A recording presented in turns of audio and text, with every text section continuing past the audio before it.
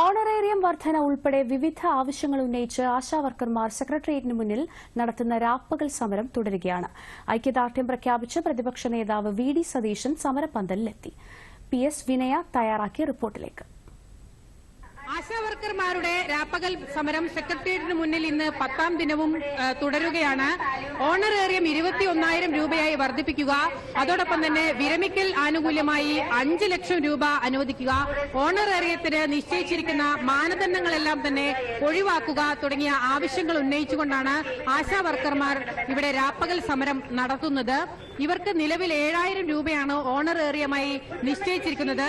ആ 7,000 രൂപ തന്നെ നിശ്ചിത മാനദണ്ഡങ്ങൾ പൂർത്തീകരിച്ചാൽ മാത്രമാണ് ലഭിക്കുക. അതുകൊണ്ട് തന്നെ ആ മാനദണ്ഡങ്ങൾ പൂർത്തീകരിക്കുന്നതിൽ നിരവധി പ്രായോഗിക ബുദ്ധിമുട്ടുകൾ ഉണ്ടെന്നും അതുകൊണ്ട് ആ മാനദണ്ഡങ്ങൾ പൂർണ്ണമായും പിൻവലിക്കണമെന്നുമാണ് ആശാവർക്കർമാർ ആവശ്യപ്പെടുന്നത്. അതോടൊപ്പം തന്നെ വിരമിക്കുന്ന സമയത്ത് ഒരു രീതിയിലുള്ള പണവും ഇവർക്ക് ലഭിക്കുന്നില്ല.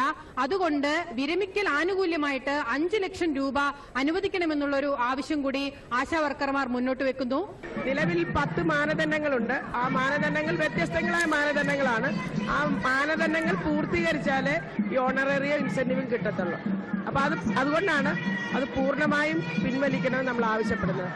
കാരണം ഒരു ജോലിക്ക് മാനദണ്ഡം വെക്കാം, പക്ഷെ കൂലിക്ക് മാനദണ്ഡം വെക്കുന്നത് ശരിയല്ലല്ലോ.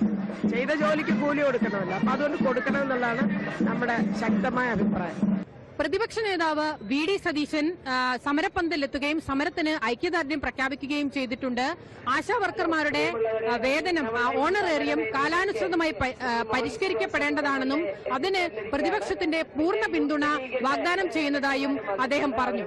ഞാനടക്കമുള്ള ആളുകളെ നിങ്ങൾ ഈ സമരം ചെയ്തിട്ടാണ് ഈ 10 ദിവസത്തെ സമരം കൊണ്ടാണ് നമ്മൾ പറയുന്നത്. എന്താ നമ്മള് അത്ര ഗൗരവമായി അത് എടുത്തിട്ടില്ല എന്നത് ഇപ്പൊ എനിക്ക് കുറ്റബോധം ഉണ്ടാക്കുന്ന ഒരു കാര്യമാണ്. ഞാനത് അങ്ങനെ പറഞ്ഞാൽ എന്താ തെറ്റ്? ഇനി അതിന്റെ പൈസയ്ക്ക് കൂടിയുള്ള പരിഹാരം ഇനിയുള്ള ദിവസങ്ങളിൽ ചെയ്യും. ഒരു സംശയവും അക്കാര്യത്തിൽ വേണ്ട. ആരും ആക്ഷേപിക്കേണ്ട. കേരളത്തിൽ സമരം ചെയ്യുന്നതൊന്നും ഒരു പുത്തരിയല്ല. ആവശ്യത്തിനും അനാവശ്യത്തിനും ഒക്കെ ആളുകൾ സമരം ചെയ്തിട്ടുണ്ട്.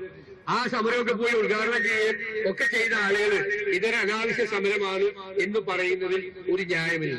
നിങ്ങൾ ഒരു സംഘടനയുടെ പേരിലാണ് അല്ലേ? സംസ്ഥാനത്തെ 14 ജില്ലകളിൽ നിന്നുമുള്ള ആശാവർക്കർമാരെ നാളെ സെക്രട്ടേറിയറ്റിന് മുന്നിൽ എത്തിച്ച് ഒരു ശക്തി പ്രകടനം നടത്തി സംസ്ഥാന സർക്കാരിനെ കൂടുതൽ സമ്മർദ്ദത്തിലാക്കി അവകാശങ്ങൾ നേടിയെടുക്കാനാണ് ആശാവർക്കർമാർ ഇപ്പോൾ തീരുമാനിച്ചിരിക്കുന്നത്. അവകാശങ്ങൾ നേടിയെടുക്കുന്നതുവരെ സമരം ശക്തമായി തുടരും എന്ന് തന്നെയാണ് ഇവരുടെ നിലപാട്. Cameraman ജയകുമാറിനൊപ്പം PS. വിനയ, ദൂരദർശൻ ന്യൂസ്, തിരുവനന്തപുരം.